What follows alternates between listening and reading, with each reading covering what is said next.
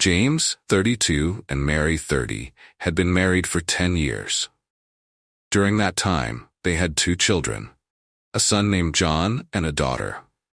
James and Mary had always endeavored to give their children the best opportunities, enrolling them in various activities they enjoyed, and sending them to private school.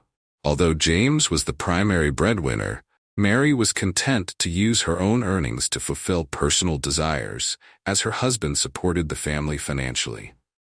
James was an exemplary husband. He helped around the house, took a genuine interest in the children's lives, and spent time with them. He gladly honored Mary's requests and even took her on romantic dates. Mary felt happy when James was around her, as he fully supported her hobbies and pampered her with visits to beauty salons and other luxuries. Friends and co-workers often admired Mary for having such a wonderful man in her life. Even her mother advised her to take care of her husband. Time passed, and James faced setbacks in his career due to a crisis in the company. As a result, Mary had to look for a new job to supplement their income. Despite criticism from others, she felt it was her responsibility to support James during this difficult time. Mary comforted her husband by reminding him that setbacks happen to everyone, and they had promised to be there for each other in good times and bad, in wealth and poverty. James appreciated having such a devoted and supportive wife. He expressed his gratitude and recognized that choosing Mary as his life partner was the right decision.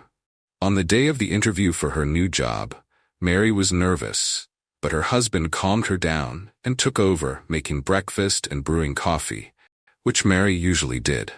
He wanted to do something special for her to show his support. "Even if they don't pick you, it's no big deal. Then it wasn't meant for you," James reassured her before she left.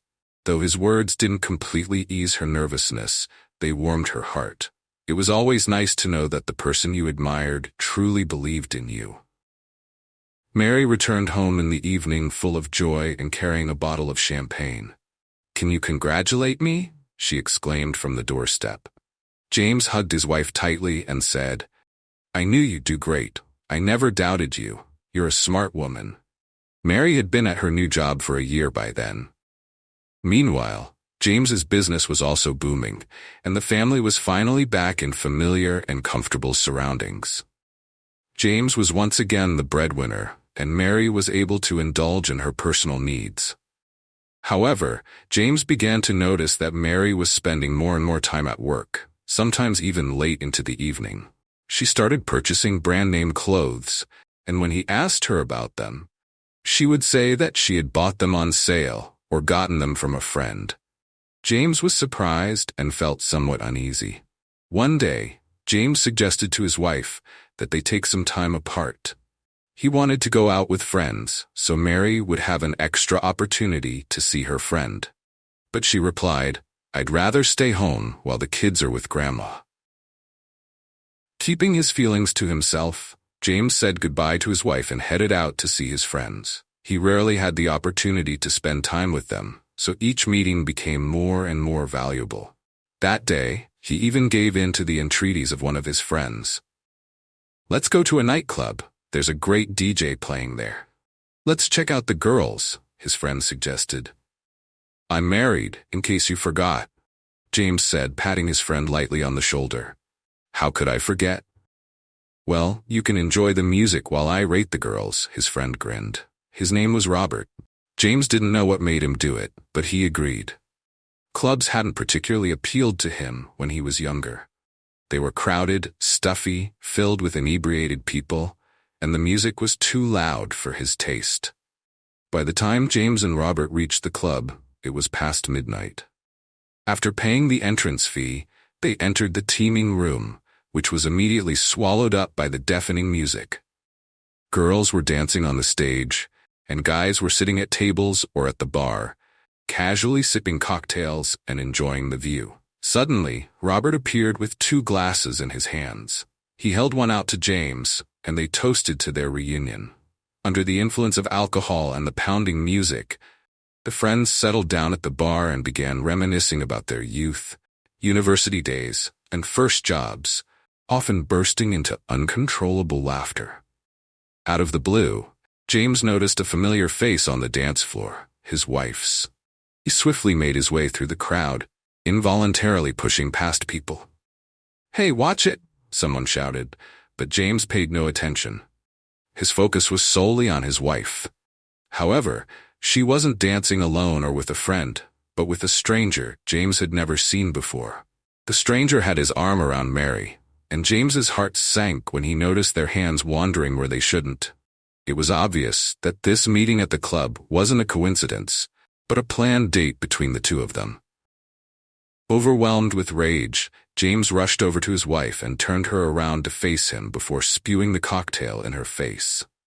Mary froze, drenched in the icy drink, while everyone around them turned their attention to the chaotic scene. "What the hell are you doing here?" James shouted, trying to be heard over the deafening music. The stranger stepped toward him confidently, trying to pull him away from Mary. "Get your hands off me," James growled, resisting the man's grip. "I can handle this myself, Michael," Mary shouted. Grabbing his wife by the sleeve of her blouse, James forcefully led her outside. Despite the summer night, the air was cold and damp from the spilled drink. Mary immediately shuddered and clenched her teeth. James, still under the influence of alcohol and stunned by the music pulsing in his ears, questioned his wife's actions. Sighing heavily, Mary admitted that she had met a man at her new job. Their relationship had grown into something deeper, and they could no longer hide it. "I want to leave, but I haven't had the courage to admit it to you," she confessed quietly. James was filled with anger, unable to comprehend how lies and deceit had infiltrated their relationship. Everything made sense now. The lavish gifts and Mary's frequent late returns home. "I'm not giving you the kids. Don't even get your hopes up," James gritted his teeth. After a brief hesitation, he continued, "And you can get out of here." He felt a lump in his throat, but held back the emotion. He wasn't feeling sorry for himself or brooding over the situation. The only thing he cared about now was how to explain everything to the children. Later, Mary herself explained to the children what had happened and why she was leaving. Their daughter cried and begged to stay with her, while their son John flatly refused to leave his father. Despite James's attempts to persuade them to stay together, the children insisted on separating. Mary moved in with Michael, the stranger she had met at the club. She and her daughter settled into his apartment, but soon after, even their daughter returned to her father. The relationship with her stepfather didn't work out. Michael refused to accept her presence. Eventually, Mary chose Michael over her own daughter. It seemed that the new love meant more to her than her own child. However, it wasn't long before her relationship with Michael began to deteriorate. Michael showed signs of alcohol addiction, turning innocent trips to clubs into prolonged binge drinking. After some time, Mary decided to leave him, seeing it as an opportunity to reunite with her children. But by then, the children were no longer eager to reconnect with their mother. They harbored deep resentment, especially over how easily she had sent their daughter back to their father, simply because Michael had demanded it. James endured the pain of his wife's infidelity for a long time, but after a year, he met a woman with whom he decided to give love another chance. He realized that just because one woman had betrayed him, it didn't mean he couldn't find happiness again.